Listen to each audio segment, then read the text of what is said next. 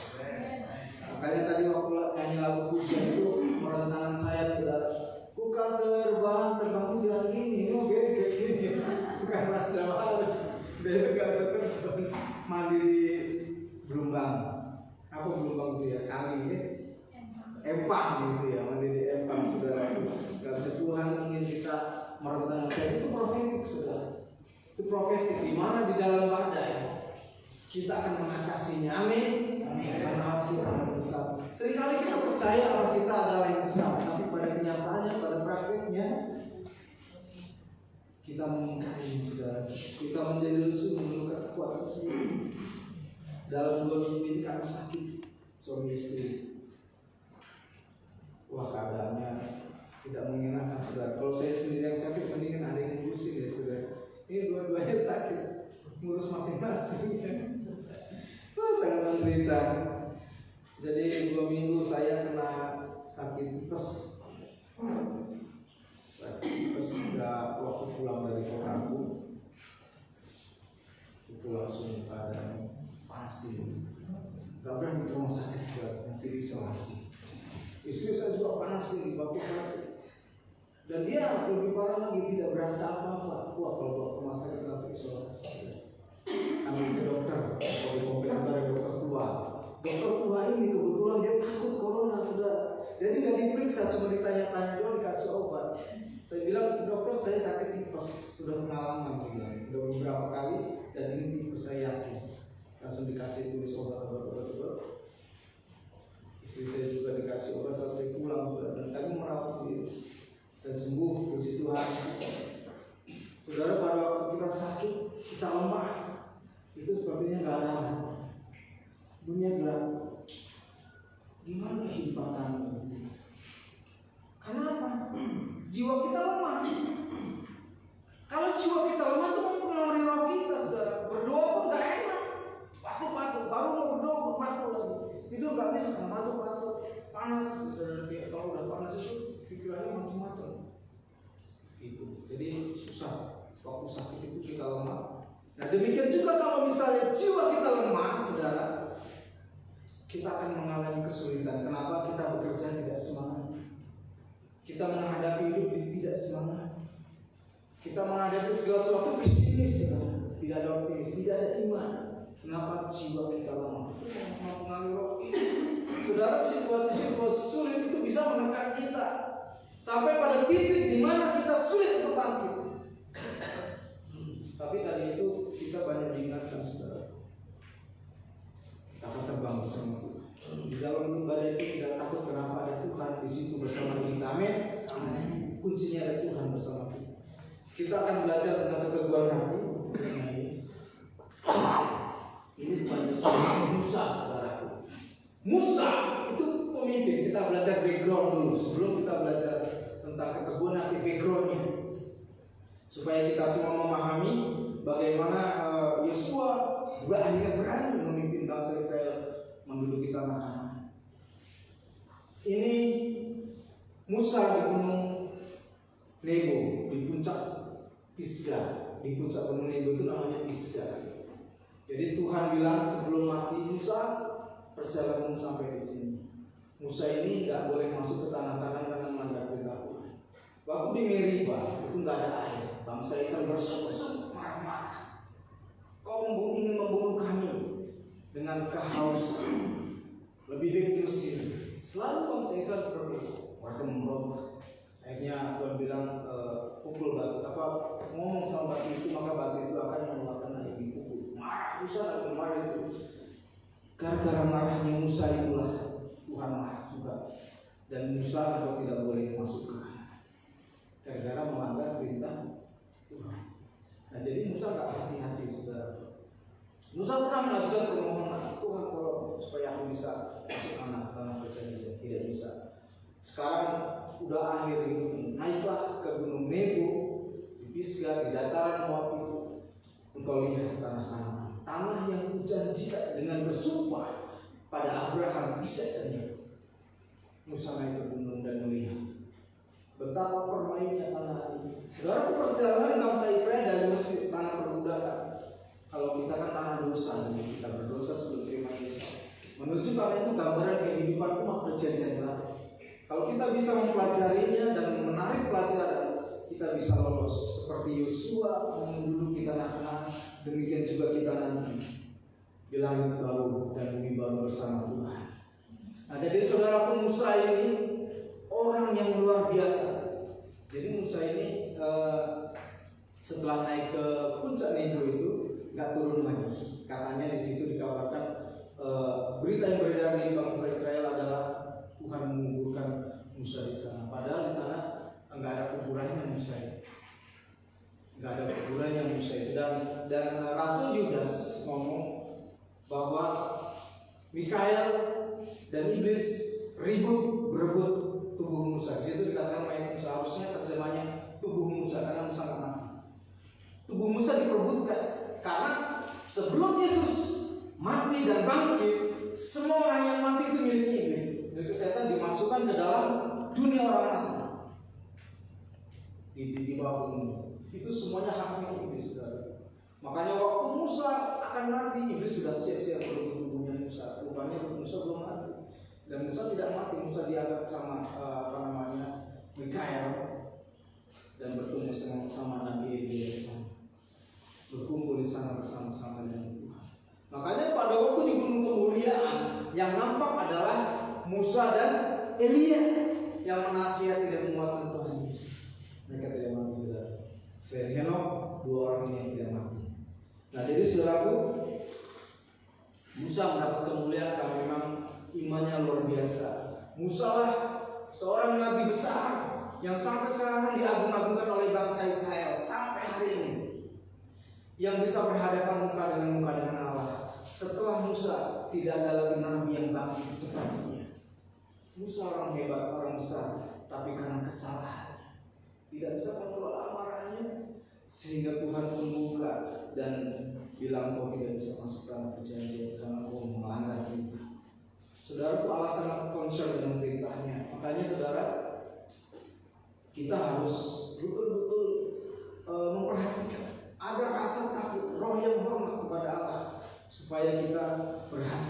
penyertaan Tuhan itu sungguh-sungguh luar biasa dalam hidup kita. Kita akan baca ayat firman Tuhannya di dalam Yosua 1 ayat 1 sampai ke 9. Ini panjang ya, kita bergantian saudara. Baca ya semuanya. Saya baca ayat 1, saudara baca 2 sampai ayat 9 bergantian. Sesudah hamba Tuhan itu mati, berfirman Tuhan pada Yosua bin Nun, abdi Musa itu, demikian. Hambaku Musa telah mati, itu bersiaplah sekarang seberangilah sungai Yordan ini, engkau dan seluruh bangsa ini menuju negeri yang akan diberikan kepada mereka, kepada orang Israel itu. Setiap tempat yang akan diinjak oleh telapak kakimu akan kuberikan kepadamu, seperti yang telah kujanjikan kepada Musa. Dari padang gurun dan gunung Libanon yang di sebelah sana itu sampai ke sebelah besar, yaitu sungai Efrat, seluruh tanah orang Het sampai ke laut besar di sebelah matahari terbenam, semuanya itu akan menjadi daerah. Seorang pun tidak akan dapat bertahan menghadapi engkau seumur hidupmu. Seperti aku menyertai Musa, demikianlah aku akan menyertai engkau. Aku tidak akan membiarkan engkau dan tidak akan meninggalkan engkau. Bukan hatimu, sebab engkaulah yang akan memimpin bangsa ini memiliki negeri yang dijanjikan dan bersumpah kepada nenek moyang mereka untuk diberikan kepada mereka. Hanya kuatkan dan teguhkanlah hatimu dengan sungguh-sungguh. Bertindaklah hati-hati sesuai dengan seluruh hukum yang telah diperintahkan kepadamu oleh hambaku Musa. Janganlah menyimpang ke kanan atau ke kiri, supaya kau beruntung kemanapun kau pergi. Tapi supaya kau bertindak hati-hati sesuai dengan segala yang ditulis di dalamnya. Demikian perjalananmu akan berhasil dan engkau akan beruntung. Bukankah telah kuperintahkan kepadamu, kuatkan dan teguhkanlah hatimu. Jangan kecut dan tawar hati, sebab Tuhan Allah menyertai engkau kemanapun engkau pergi. Saudaraku, ini Tuhan yang ngomong langsung. Tuhan ngomong kepada Yosua, hambaku Musa telah mati, telah terangkat. Sekarang aku menugaskan engkau. Saudaraku, waktu Yosua menerima mandat itu, ada yang tahu nggak umur Yosua waktu itu, saudara? Saya dulu pernah dengar khotbah bilang, Yosua yang muda itu gentar. Saya pelajari, saudara, apakah Yosua masih muda? Tidak, saudara. Yosua waktu menerima mandat itu umurnya 90 tahun. Ada yang umur 90 guys? 90 tahun. Waktu Yosua keluar dari tanah Mesir umurnya 40 tahun. Umurnya 50 tahun. Dan 40 tahun dia bersama-sama dengan Musa di padang gurun. Musa umurnya 80 tahun, Yosua 50. Ini orang tua. Nah, pada waktu itu Yosua umurnya 50 tahun. 90 tahun, 50 tahun. Karena sudah masuk tanah Israel di seberang Yordan. Banyak pengalaman yang dialami, saudara. Yosua menerima mandat menggantikan Musa, seorang yang besar. Pada waktu itu orang Israel sangat kagum dengan Musa dan tidak ada yang sehebat Musa. Tidak ada. Kalau sekarang kan ada ketua, wakil ketua gitu ya. Kalau misalnya ketuanya nggak ada, wakilnya naik itu mirip-mirip kemampuannya. Tapi ini kemampuannya sangat beda, saudaraku. Musa itu sangat dihormati. Beda banget. Yosua itu abdinya, aku bantunya Musa, asisten pribadi kalau zaman sekarang. Nah, jadi saudara, umurnya 90 tahun, kayak kakek. Jenggotnya sudah panjang, sudah putih gitu ya gambarannya. Kayak kakek. Makanya kalau ada yang sudah tua, jangan merasa sudah tidak berguna. Jangan merasa sudah kekuatannya kecil, saudara. Yosua umur 90 tahun disuruh perang. Yang dihadapi siapa, saudaraku? 31 raja di tanah Kanaan. Bukan sedikit, 31 kerajaan yang harus ditaklukkan. Wah, mikir ya. Umur 90 tahun. Yang dipimpin bangsa yang besar. Diperkirakan pada waktu itu ada ahli sejarah, orang Israel yang keluar dari tanah Mesir itu sekitar 3 juta jiwa. semuanya sama anak-anak. 3 juta jiwa perkiraan itu besar. Walaupun generasi pertama mati, mereka melahirkan anak lagi di padang gurun. Sekitar itulah bangsa yang dipimpin Musa. Dan sekarang Yosua menghadapi bangsa itu. Yosua menghadapi 2. Yang pertama adalah bangsa Israel yang suka memberontak. Yang kedua adalah bangsa Kanaan yang memang sudah punya prajurit. Mereka kerajaan sudah jadi. Sedangkan orang Israel kan tadinya budak, saudara. Yosua ingat bagaimana bangsa Israel marah waktu mereka terjepit di Laut Merah, antara Laut Merah dan orang Mesir dan Mesir. Yosua ingat bagaimana bangsa Israel bersungut-sungut. Tapi Yosua juga ingat ketika Tuhan membelah Laut Merah. Yosua juga ingat ketika Tuhan memimpin mereka dengan tiang awan pada waktu siang dan tiang api pada waktu malam. Yosua ingat juga pada waktu bangsa Israel memberontak di Mara ketika mereka haus dan air di Mara itu pahit. Jadi campur aduk, saudara, sama seperti kita, campur aduk. Ada pengalaman pribadi yang membuat kita kuat, tapi banyak juga yang melemahkan. Saya kalau misalnya tidur agak lama gitu ya, udah geletak itu masih lama tidurnya. Kalau istri saya cepat, kadang-kadang gini enak banget dia bisa kayak gitu. Jadi kadang-kadang pikiran kita tanpa sengaja masuk ke dalam masa lalu yang pahit gitu, dimana kita mengalami hal yang tidak enak dan membuat kita kecut. Sering sudah seperti itu. Nah, jadi tapi itu kita harus melawan, harus kalahkan, harus bangkit lagi. Nah, jadi saudara, seperti tadi yang lemah berkata kuat itu sekarang sudah jarang disebutkan di gereja. Padahal itu penting, saudara. Itu meneguhkan hati, menguatkan hati. Nah, jadi Yosua ingat semuanya, penyertaan, kegagalan orang Israel, sumut-sumut bangsa itu. Waktu Musa naik ke Gunung Sinai selama 40 hari, bangsa Israel buat tumbuh emas. Mereka ingin angkat pemimpin lain untuk membawa mereka kembali ke tanah Mesir. Itu semua ada di dalam memorinya Yosua. Jadi waktu Tuhan ngomong sama Yosua, engkau harus memimpin bangsa ini ke tanah perjanjian untuk merebut, untuk mengambil tanah yang sudah dijanjikan pada nenek moyang. Yosua ingat semuanya. Demikian juga saudara-saudara, pada waktu kita baca firman Tuhan, pada waktu kita dengar khotbah, kita sering ingatkan banyak janji-janji Tuhan yang harus digenapi dalam hidup kita. Benar? Banyak janji-janji Tuhan, saudara. Tuhan menjanjikan menyertai kita. Tuhan menjanjikan memberkati kita. Tuhan menyertai kalau sakit kita disembuhkan. Tuhan menjanjikan melindungi kita. Tapi seringkali kita menjadi lemah. Kenapa? Karena masalah, karena tekanan-tekanan. Disitulah butuhnya kekuatan, keteguhan hati. Musa ini, Yosua ini seorang abdi Musa, abdi yang setia. Dia tahu semuanya tentang Musa. Tapi di sini Tuhan bilang ada 3 hal yang akan kita pelajari di sini tentang Yosua, saudara. Jadi yang pertama, poin pertama. Nah ini saudara. Tuhan kan bilang 3 kali kuatkan dan teguhkan hatimu. Kita akan pelajari di sini.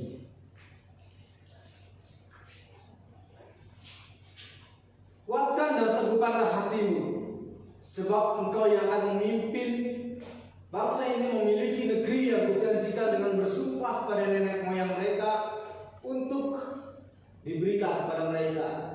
Yosua, kuatkan dan teguhkanlah hatimu, engkau yang harus memimpin bangsa ini merebut, mengambil tanah yang dijanjikan.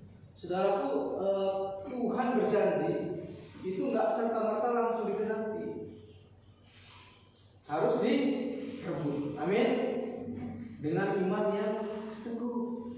Saudara rajin ke gereja, rajin ibadah, rajin baca Alkitab, tapi saudara tidak praktekkan iman, saudara tidak akan mendapat janji-janji.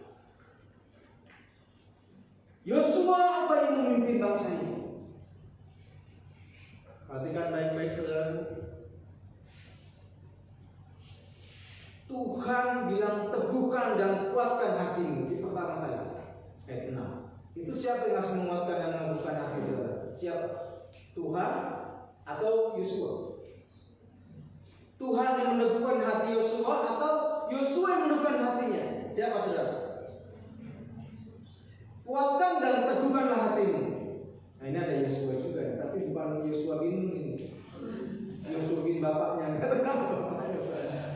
Yosua bin bapaknya. Jadi saudara, yang harus menguatkan dan teguhkanlah, ini perintah Tuhan. Tuhan ngomong pada Yosua, kuatkan dan teguhkan hatimu. Jadi siapa yang harus menguatkan dan meneguhkan? Apa kita berdoa, Tuhan kuatkan dan teguhkan hatimu? Tuhan bilang sudah. Berdoa lagi, Tuhan kuatkan dan teguhkan, sudah. Kita tidak dengar.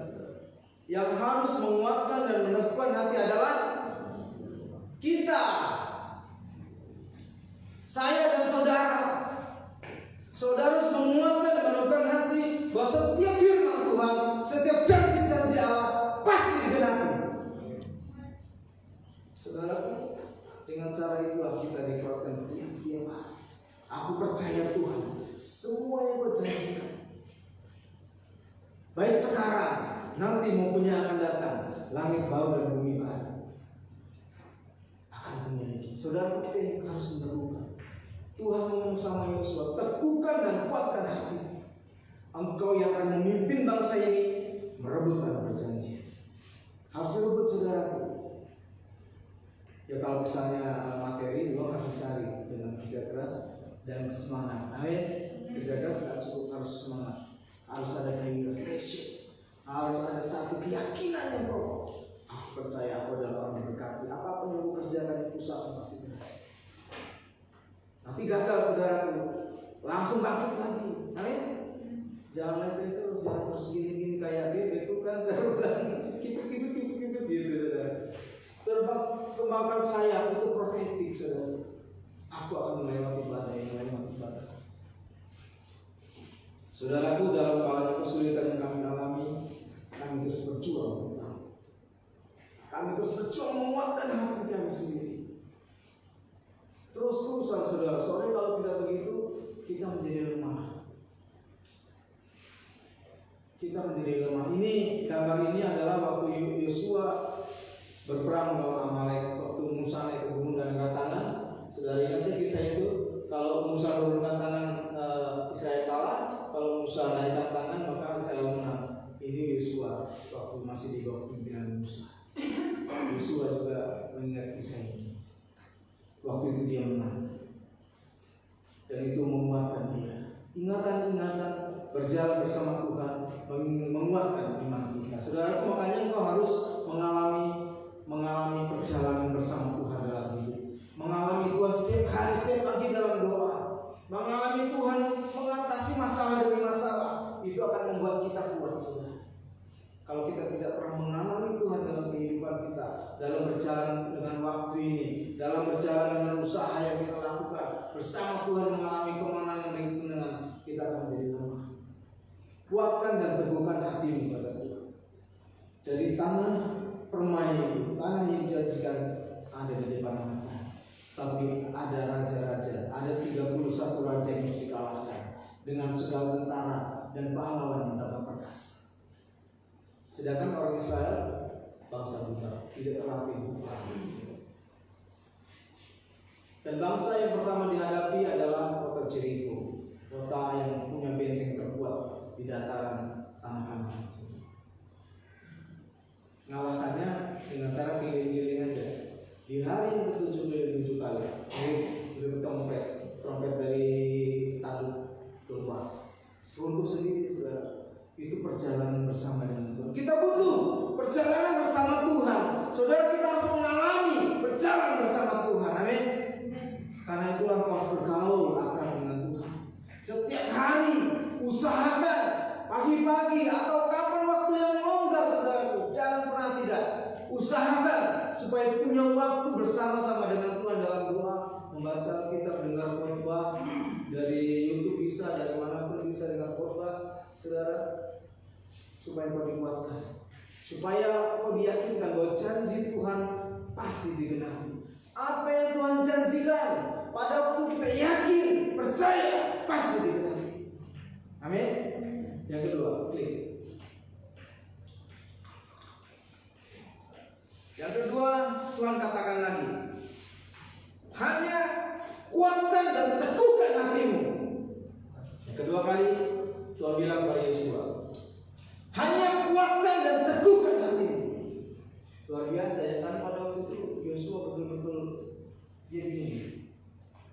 benar juga saudara.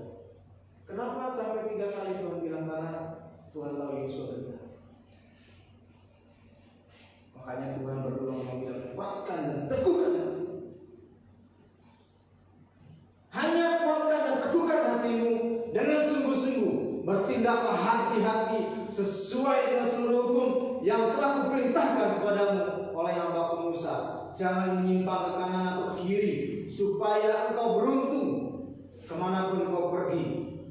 Janganlah engkau lupa memperkatakan kitab Taurat itu, tetapi renungkanlah itu siang dan malam, supaya engkau bertindak hati-hati sesuai dengan segala yang tertulis di dalamnya. Sebab dengan demikianlah perjalananmu akan berhasil dan engkau akan beruntung. Saudara, sekali lagi Tuhan ngomong, Yosua, kuatkan dan teguhkan hatimu. Jangan kau lemah. Bertindak hati-hati sesuai dengan hukum.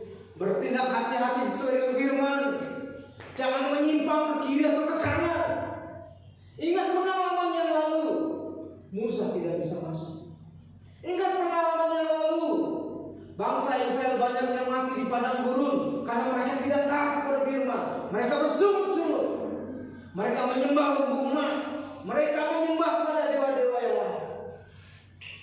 Yosua diingatkan, saudara. Nah, ini gambarnya Yosua membaca Taurat, Yosua membaca kitab. Jadi saudaraku, bertindak hati-hati sesuai dengan firman itu sudah penting. Kenapa? Karena orang Kristen harus tahu firman Tuhan. Orang Kristen harus belajar firman Tuhan. Gak mungkin kita bisa bertindak hati-hati sesuai dengan firman kalau kita tidak pernah belajar, saudara.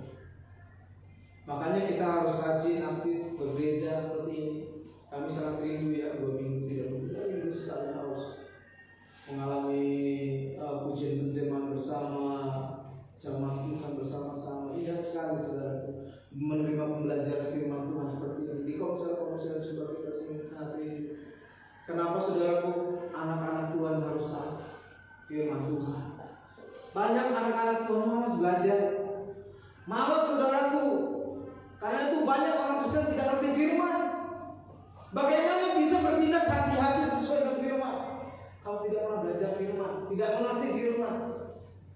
Saudara harus memaksa diri, karena Tuhan Yesus juga bilang, roh memang penurut tapi daging lemah. Daging pengennya dimanjakan dengan bermalas-malasan. Saudara coba bayangkan saudara menjalankan hobi. Ada yang hobinya mancing, ada yang hobinya nonton TV, ada yang hobinya macam-macam, nonton game yang banyak-banyak, berjam-jam saudara. Baca Alkitab pernah tidak? Pernah tidak? Tidak. Bagaimana kita bisa mengerti firman Tuhan kalau baca Alkitab, baca firman saja tidak pernah? Saudara perhatikan baik-baik. Orang Israel itu setelah umur 13 tahun itu dijejeli dengan hukum Taurat. Kalau ada seorang filsuf bilang mereka itu seperti sapi gelonggongan yang dijejeli selang terus diputar keran, dipaksa emas.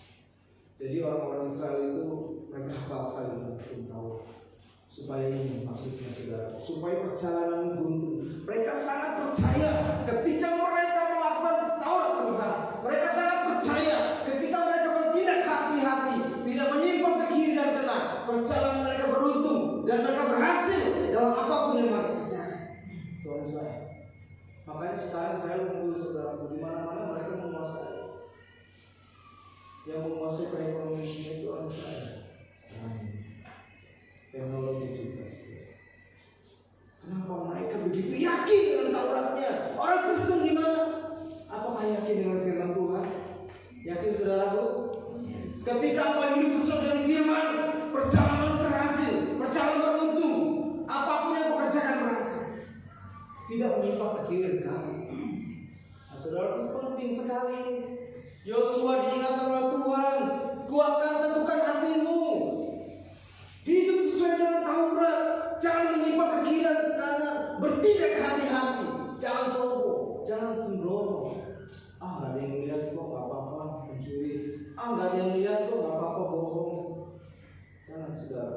Curang-curang sedikit nggak apa-apa dalam punya usaha wajar. Yang lain juga begitu. Saudara harus bertindak sesuai dengan firman Tuhan, supaya beruntung dan berhasil dalam kehidupanmu. Karena kita harus berhasil juga. Kalau kita berhasil, itu kendaraan yang efektif untuk memberitakan Injil, untuk memberitakan kabar baik. Amin. Karena itu kita harus punya keinginan, harus punya semangat untuk hidup sesuai dengan firman. Jangan tenang-tenang, jangan santai-santai di dalam perkristenan, saudara. Apalagi sudah mulai tua ya, udah 50 ke atas 60-an gitu. Harus lebih sungguh-sungguh, amin. Harus lebih sungguh-sungguh, saudara. Waktunya tinggal sedikit, waktunya tinggal singkat. Yang muda bukan berarti nyantai, harus sungguh-sungguh. Mumpung masih muda, kalau baca gak main plot. Kalau saya baca itu 2-3 kali itu masih belum main plot juga. Masih harus diulang lagi bacanya gitu. Jadi baca Alkitab itu saya suka berulang-ulang, saudara. Baru baca gak lupa. Makanya ini saya tuh rontok gitu ya. Mulai nambah makin sedikit, saudaraku. Baca lupa, baca lagi rontok. Baca lagi rontok gitu. Ini diminyakin supaya lebih klinis. Yang ketiga, saudara, yang kedua, saudaraku, bertindak hati-hati. Untuk bisa bertindak hati-hati, pelajari firman Tuhan, jangan malas.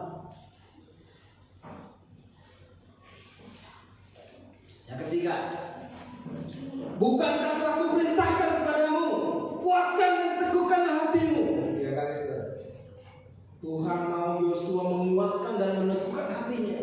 Bayangkan Yosua yang naik ke Gunung Sinai bersama-sama dengan Musa, yang melihat sendiri mujizat-mujizat besar. Tuhan sampai 3 kali menteguhkan dan kuatkan hatimu. Kalau kita sudah sering lemah, sering terganggu dengan dunia ini, sering pengen ikut-ikutan cara dunia, saudara, untuk meraih sukses. Kuatkan dan teguhkan hatimu.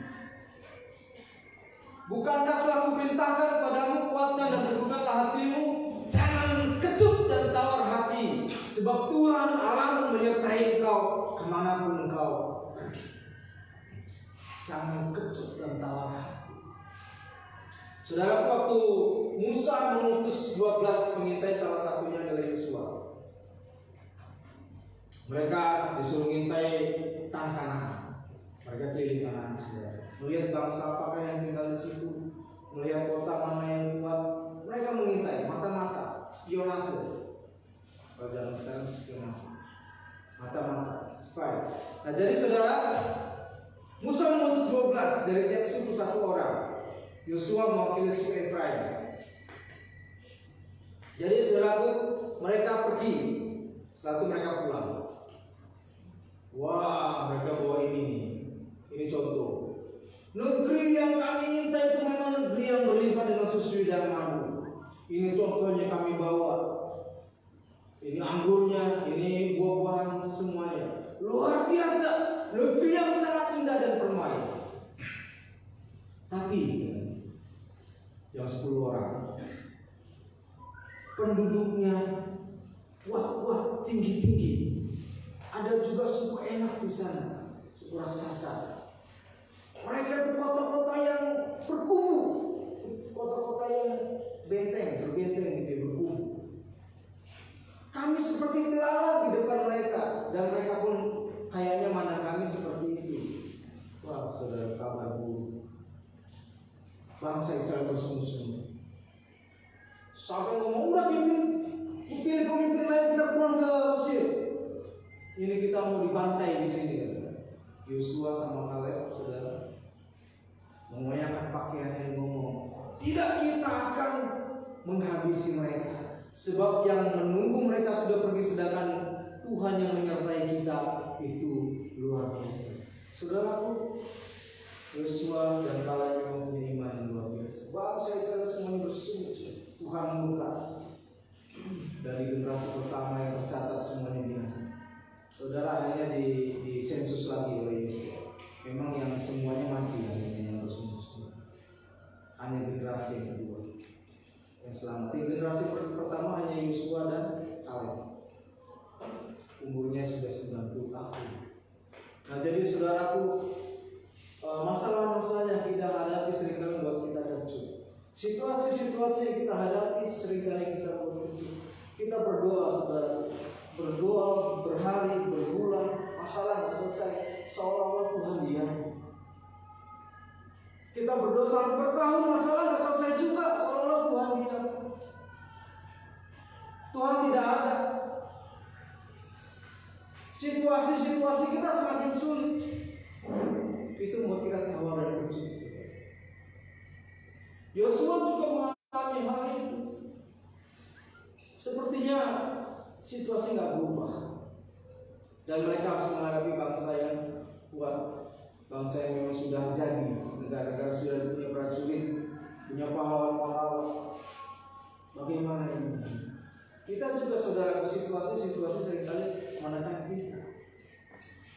Contohnya kita lihat yang selanjutnya, yang Petrus, saudara.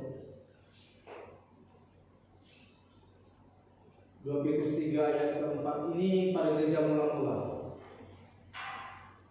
pada waktu Petrus masih hidup. Kata mereka, di manakah janji tentang kedatangannya? Sebab sejak bapak-bapak leluhur kita meninggal, semuanya tetap, segala sesuatu tetap seperti semula pada waktu dunia dicipta. Mereka itu sudah mulai banyak yang protes, banyak pengejek-pengejek. Kalian itu bodoh, dari dulu juga sampai sekarang kayak gini-gini aja. Padahal pada zaman gereja mula-mula itu santer pemberitaan Tuhan Yesus datang pada masa itu. Makanya orang-orang Kristen termasuk Paulus dikatakan orang-orang yang eskatomania. Eskatomania itu orang-orang yang menanti-nantikan akhir zaman. Eskatologi itu ilmu tentang akhir zaman. Eskato itu akhir. Nah, jadi saudaraku, mereka itu dikatakan orang-orang yang menanti-nantikan kedatangan Tuhan. Mereka orang eskatomania, padahal Tuhan nggak datang-datang. Sejak zaman dulu sampai sekarang juga tetap kayak gini. Akhirnya banyak orang yang mundur, saudara. Demikian juga sekarang. Banyak orang jadi tawar hati, kenapa keadaan nggak berubah? Rajin ke gereja sungguh-sungguh berdoa, tapi keadaan nggak berubah. Itu membuat menjadi tawar dan terkejut. Makanya Tuhan bilang, kuatkan dan terbuka hati. Saudaraku, kita sendiri yang harus menguatkan dan meneguhkan hati kita. Jangan nunggu yang lain. Jangan nunggu yang lain, saudara. Kuatkan dan teguhkan hatimu. Apa yang kau percayai, apa yang kau yakini, yang ada dalam Alkitab, itulah yang akan terjadi, bukan yang lain. Amin. Teguhkan, yakinkan pada dirimu, apa yang kau percayai, itulah yang bakal terjadi. Saya selalu berdoa setiap hari. Aku katakan di dalam nama Yesus, hanya rencana Tuhan yang terjadi dalam keluargaku. Hanya rencana Tuhan yang terjadi dalam jemaat-jemaat Tuhan di tempat ini. Hanya rencana Tuhan, hanya rencana setan dan rencana roh jahat dan sandunya aku tolak dari kehidupan mereka. Saya begitu yakin, saudaraku. Pada waktu kita berdoa dan menetapkan seperti itu, rencana Tuhan terjadi dalam hidup kita. Amin. Kita harus meneguhkan dan menguatkan hati kita, saudara. Banyak sekali ada nubuatan ya. Ini lucu juga kalau saya baca, ikutin ya. Yang Mbak Yu itu kan tentang tragedi pesawat yang jatuh. Wah, dia sudah ngomong. Dan dia juga ada nubuatan kedua, bukan nubuatan ramalan. Ramalan yang kedua bahwa tahun 2021 Indonesia akan mengalami kerusuhan, penjarahan, kekacauan yang tidak bisa diatasi pemerintah, dan akhirnya akan terjadi pergantian kepemimpinan nasional. Wah, berarti ngamuk, saudara. Menantang ramalanmu yang benar Tuhan terima. Itu profetis, menguatkan dan meneguhkan hati. Kita pun harus punya keyakinan seperti ini. Aku yakin walaupun orang bilang dunia makin sulit, rencana Tuhan terjadi pada hidup. Jangan pernah menyimpang ke kiri ke kanan. Jangan pernah menjadi lemah. Jangan pernah menjadi lesu pada situasi. Kami mengalami kesulitan, saudara, yang sampai sekarang belum ada pertolongan. Tapi kami menguatkan hati kita. Kami percaya semua ini mengerjakan kekekalan. Kami percaya saatnya Tuhan akan membuat kami menjadi berkat. Wah, baik secara materi maupun rohani. Kami tancap dalam hati. Terus saya ucapkan setiap hari, saya percaya rencana Tuhan yang terjadi dalam hidup saya. Iblis, setan, dunia tidak boleh mengambil bagian dalam kehidupan saya. Terus saya yakinkan, teguhkan, walaupun keadaan belum berubah, saudaraku. Keadaan hari ini menentukan yang terjadi ke depan. Kalau hari ini kita tidak menguatkan hati kita, kita tidak terus-menerus dengan semangat, dengan gairah beribadah kepada Tuhan, kita tidak bisa jadi apa-apa di masa yang akan datang. Tapi kalau mulai hari ini kita kuatkan dan teguhkan hati, kita yakinkan pada diri sendiri, kalau aku hari ini sungguh-sungguh ikut Tuhan, kalau hari ini aku sungguh-sungguh menanggalkan dunia, one day, satu hari nanti Tuhan pakai aku luar biasa. Amin. Saudaraku, dulu kalau kau ngapain, sekarang belum jadi apa-apa. Kenapa? Karena dulu tidak ngapa-ngapain. Karena dulu tidak ngapa-ngapain, saudara. Jadi mulai hari ini tetapkan dalam diri, kuatkan dan teguhkan hatimu. Ke depan aku harus jadi berkat. Mulai hari ini aku sungguh-sungguh ikut Tuhan, menyediakan waktu untuk bersekutu, berdoa, mencari wajah Tuhan, mencari kehendak Tuhan, membaca Alkitab dengan sungguh-sungguh. Mulai waktu yang percuma untuk main-main mulai dikurangi. Gunakan waktu dengan lebih baik. Hari-hari ini jahat, pergunakanlah waktu dengan baik. Hari-hari ini jahat. Kenapa, saudaraku? Apa maksudnya? Hari-hari ini kalau kita tidak sungguh-sungguh ikut Tuhan, dunia ini akan membuat kita kecil. Kalau kita nggak sungguh-sungguh mengasihi Tuhan hari ini, maka kita akan mengasihi dunia. Kita akan menjadi tawar kepada Tuhan. Betapa banyak orang Kristen sudah menjadi tawar. Mereka tidak menjadi jahat, tetap ke gereja, tapi hatinya tawar. Tidak percaya lagi pada firman Tuhan, tidak percaya lagi pada janji-janji Tuhan, tidak percaya lagi kepada rencana Tuhan dalam hidupnya. Dari dulu juga seperti itu percuma. Tapi karena dia orang Kristen, saudara, tetap ke gereja. Tapi nggak sungguh itu fasik namanya. Saudara, jangan pernah menjadi fasik. Jangan pernah menjadi tidak sungguh-sungguh. Jangan pernah menjadi kecut atau tawa hati. Saudara, kita ke bagian penutupnya, kesimpulan. Haleluya. Saudara, jangan pegang gitu dong, saya takut jadinya.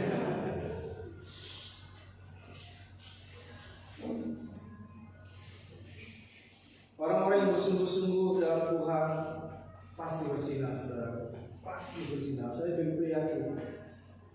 Orang yang bersungguh-sungguh tidak akan pernah biasa-biasa dalam hidup.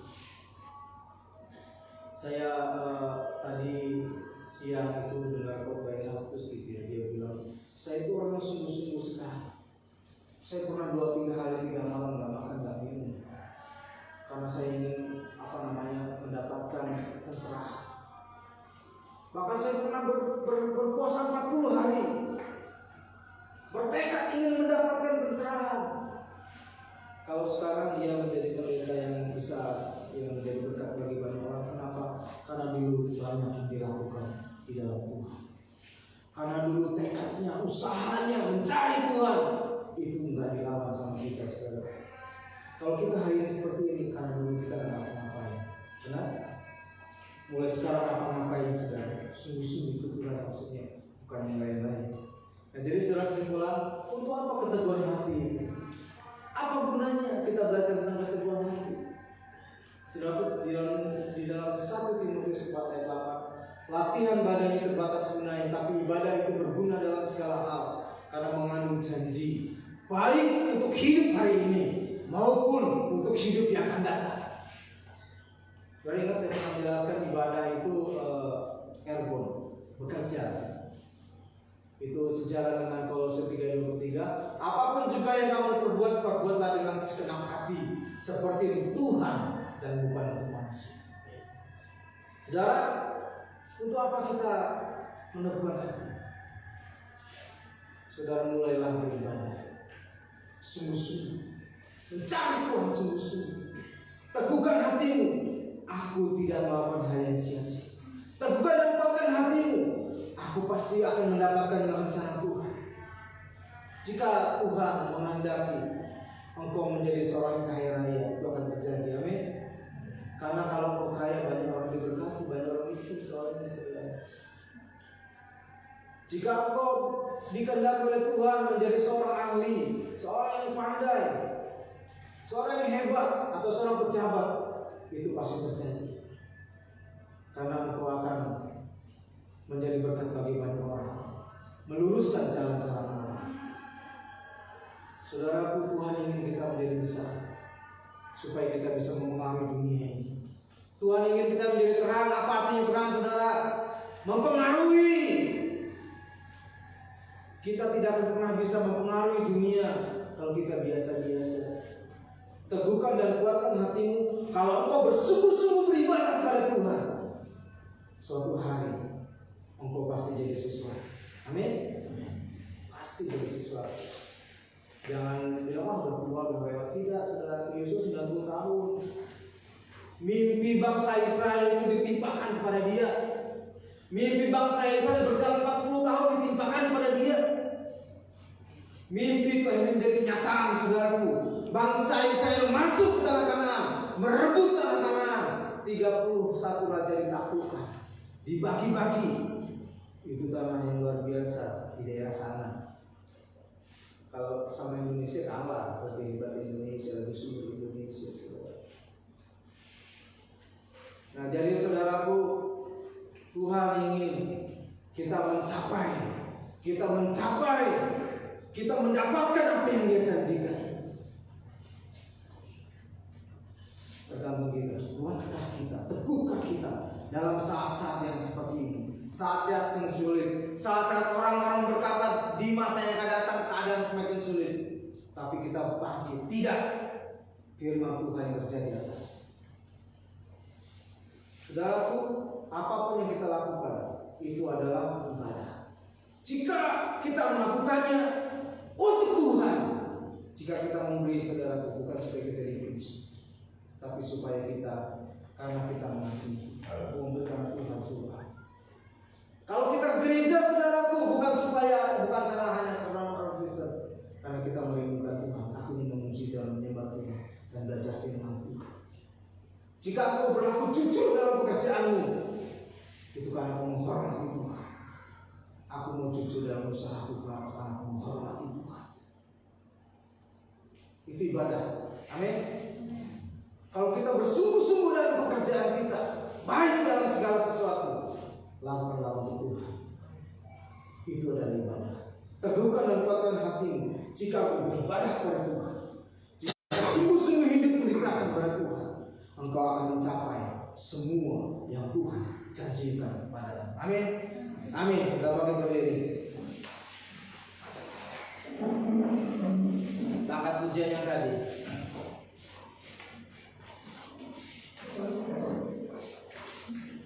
Janji Tuhan bahwa Dia akan memberkati kita berlimpah-limpah, saudara. Baik itu di masa yang sekarang ini maupun di masa yang akan datang, kita akan dimuliakan bersama-sama dengan Kristus. Tapi mulai belajar, apapun yang mau kerjakan untuk Tuhan, bukan untuk manusia.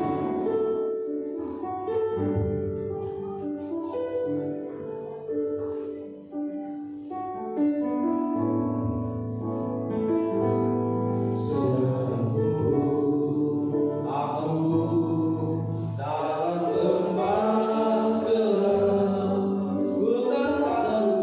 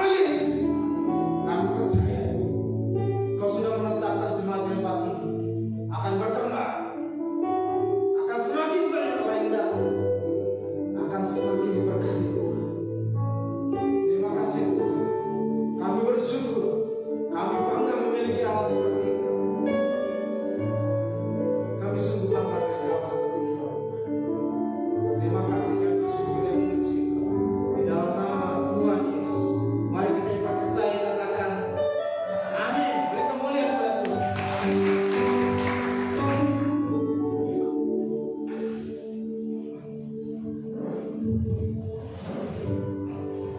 silakan dulu. Balik sini. Oh, bisa.